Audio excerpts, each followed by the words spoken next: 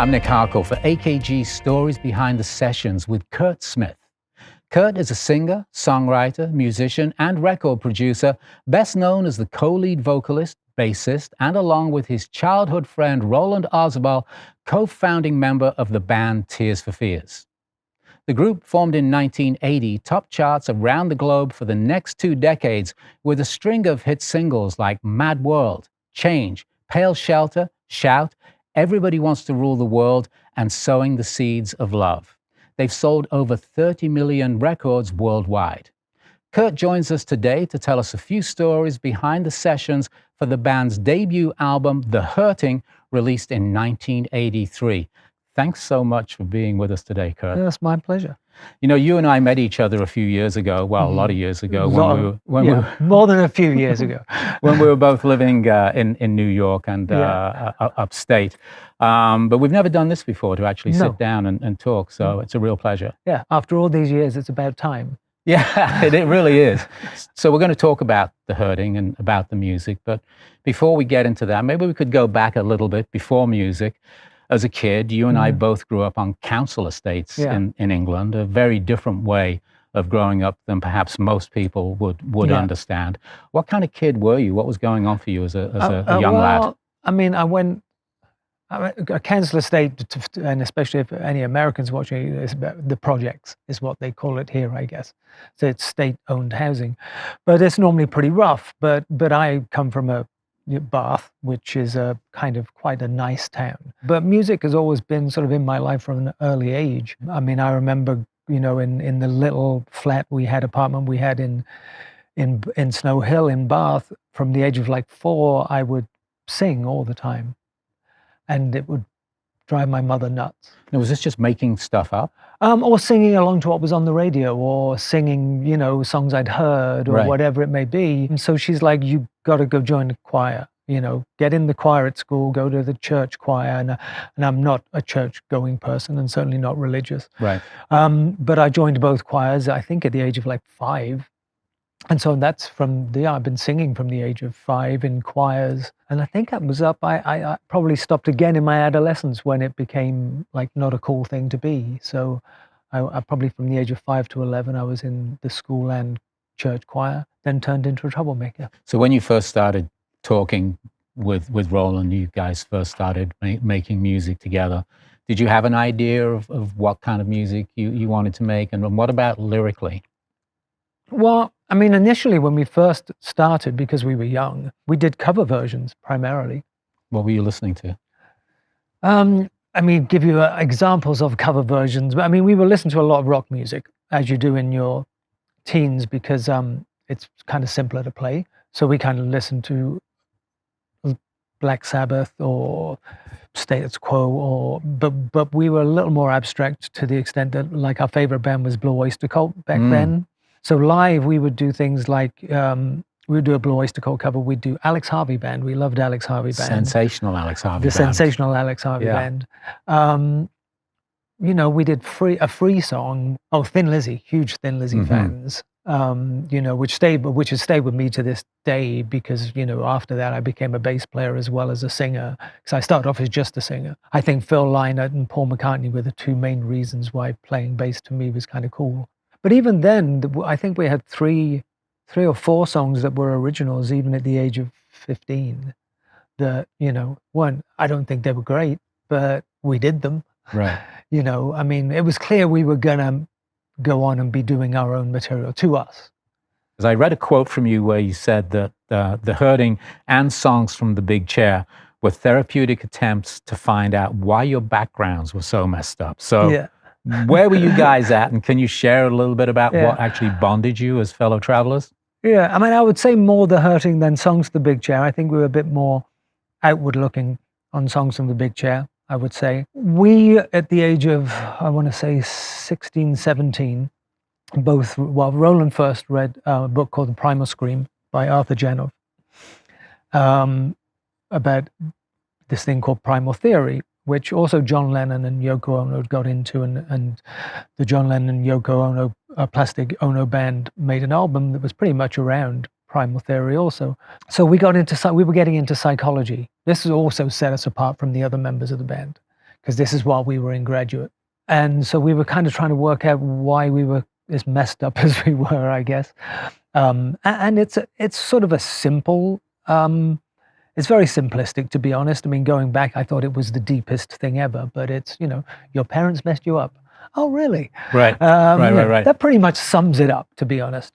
But it went through all the reasons why, and what you really needed when you were a kid, and what you should have been given, the kind of nurturing you should have had. So most of the hurting is about that, is about us sort of realizing why we were kind of the way we were, and why we were a bit messed up, and why music was a fantastic outlet for us. The name itself, though, was from an Arthur Janov book. It was from a book called The Prisoners of Pain. We signed the record company on the back of 2 songs, Suffer the Children and Pale Shelter. Right, that we demoed. 2 singles that you had demoed. Exactly. They were, and the demos were pretty much what was released as the singles. But after we signed, they're like, "What's the band called?" And we're like, "Oh,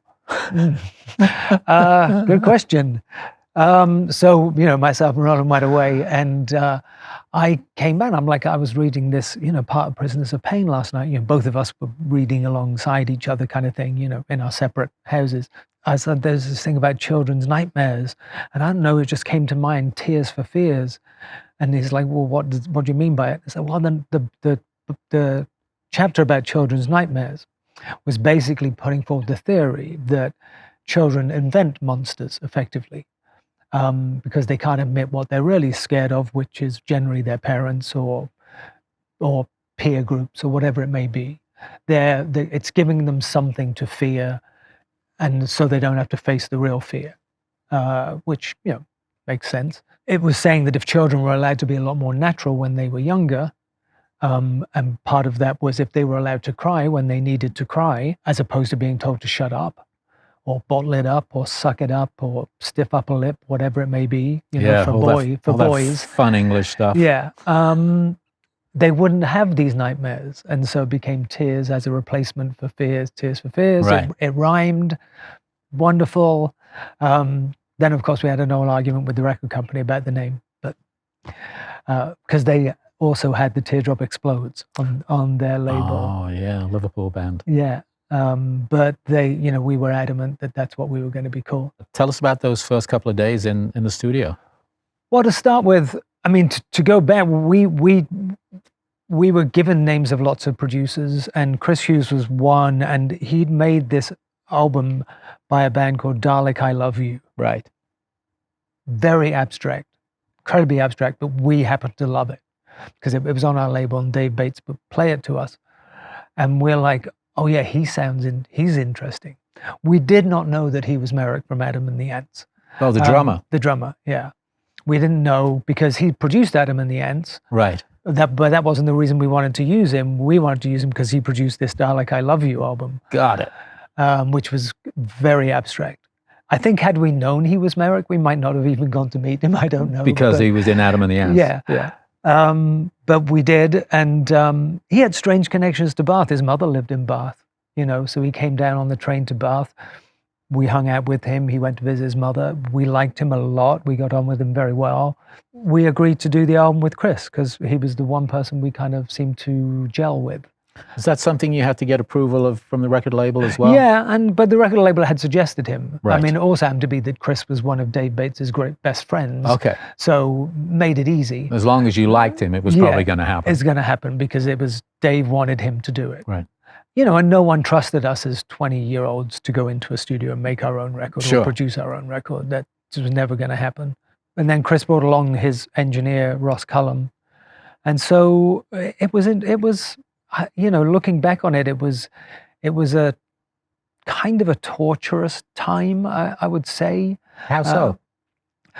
Well, the sessions, I mean, we did all of it in the Penthouse studio in Abbey Road, which has a history in and of itself. Sure. So it was kind of cool, but we were in the Penthouse. So we're not in one of the big cool studios. We were in the little one at the top. Still in Abbey Road, though. But we were in Abbey Road, yeah. And but a lot of it was just me and Roland, who were very, very opinionated, and nothing has changed. arguing most of the time with Chris and Ross, and they were intellectual arguments. Like we didn't try things. We'd have to argue about what we wanted to do, and then agree that that might work before even doing it, as opposed to the logical way of doing things, which would be try something, try it, and if it works, it works. If it doesn't, it doesn't. Try something else. No. We'd have to have a whole discussion about why it was going to work, right? Or why it wasn't going to work. There were two sides to it, and it was primarily myself and Roland not arguing, but having these battles with Chris and Ross, and Dave Bates normally would take their side. So it was sort of us fighting for what we wanted most of the time. So I wouldn't say it was a pleasurable experience, but the album turned out great. So you talked about doing demos of most of the songs that ended up on the album. You demoed them in Bath ahead of time with Ian Stanley. Tell us a little bit about who Ian was and what kind of gear, equipment were you using for the demos? Well, we didn't have any gear ourselves, particularly other than guitars. About every song on The Hurting was written on acoustic guitar. Primarily in Roland's flat in Bath. By this point, we both moved out of our childhood homes and were living with our girlfriends who were keeping us, making a living while we were messing around making music. But we were at there's a club called Moles in Bath, which is unfortunately closed now, which is very well known. I mean, the amount of bands that went through this club is kind of unbelievable. But we met him in Moles, and I remember he'd heard about us, and he wanted to get into music, but he was kind of a keyboard player, but he's not a very good keyboard player. It's hard to describe him because he was a wealthy kid, for one, and we obviously were not. And he had this big house up on the hill called North Road, leading out of Bath, and he had a little demo studio, a little 8-track reel-to-reel, couple of Roland keyboards, 808 drum machine, just little basic stuff. But he had equipment, which we didn't have. And he said, do you want to come and, demo with my studio? And so we're like, yeah. And he wasn't going to charge us for anything. He just was interested in being involved with us. Sure. Because he'd heard the songs were really good and all the rest of it. So, that's what we did. We went up to his big house, but his tiny studio in Bath, and we demoed songs. And what was just an acoustic song, say Pick, Pal, Shelter, which was just literally the strumming, which you hear on it, 2 chords and then 4 chords on the chorus. We got to use a sequence, we never had used these things before, or we knew we'd like to use them, we just didn't have the equipment. Didn't have access. We didn't have access to them. Right. Or drum machines. Right. Or anything like that. But trying to get things that sounded interesting. So even on Mad World, for the little drum machine that he had, we sped it. We recorded it at double speed and then put it back to normal speed. So the Mad World intro, which everyone hears, which is like glue, glue, click, glue, glue, click. It's a weird sound. All it is a crappy drum machine recorded at twice the speed and put back to normal speed. So you're basically experimenting with this gear while you're demoing. Yeah, trying to make things sound interesting. We were fascinated by the gear, and we were fascinated by making things that sounded interesting, maybe slightly different. We never had the desire to sound like anyone else. Which, we had aspirations of being as good as some people, and we still do. Well, who did you aspire to be as good at it in 1981? I still do. I aspire to be as good as Peter Gabriel or David Bowie or, people I'll never be as good as. That's what I aspire. That's what keeps you going. It's why we still make music. We're never going to get to that level. We won't. But we'll keep trying. And in the meantime, we'll end up improving. But as 20-year-olds, this is all new, and obviously you guys have been really thinking about this. The fact that you ditched the band and decided that this was a duo. When you were in studio trying out all these things, were you thinking, how are we going to do this live? Yeah. I mean, I mean, yes, we were, and this is how we got signed, was from a live show. Nowadays, you have a tiny little laptop that may play some backing for you when you play live, be it just a click track or some sequences and stuff like that. We still use it now. Back then, it was a reel-to-reel tape machine. And so we formed a band, effectively. It was myself and Roland and Ian Stanley playing keyboards, and this guy Manny Elias playing drums, who was another drummer from Bath. He had a band called Interview that were kind of big locally. Yeah, I remember Interview. And so we were a 4-piece band, and we just used reel-to-reel tape and played to that. And we played a gig in Moles, and Dave Bates came down to see us play because he'd heard about us and signed us. I'm sure we were pretty crap, but he heard something in it. He heard something that may be a bit different and a bit interesting. So again, coming back into the studio in Abbey Road to now make the record with the demos that you kind of like. Yes. How much work was done in the studio during these sessions to take those tracks and turn them into what ended up on the record? I'd say, quite a bit of work, but I think more talking than work. I mean, I really do. If I look back at it, it was more talking than actual doing. Chris Hughes and Ross Cullum maybe trying to pull us in one direction. We were, as I said, as 20-year-olds, incredibly opinionated and incredibly set in our ways, and we didn't want it to be that much different from what we had. But they did make it sound better. The stuff we'd done, they did make it sound better than it was on the demo. Just better quality sounds. Better, in a studio, a better studio. So if we did real drums, better microphones.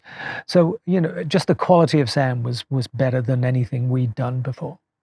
So Mad World was the first thing that came out from those sessions. Yeah. And it was a hit.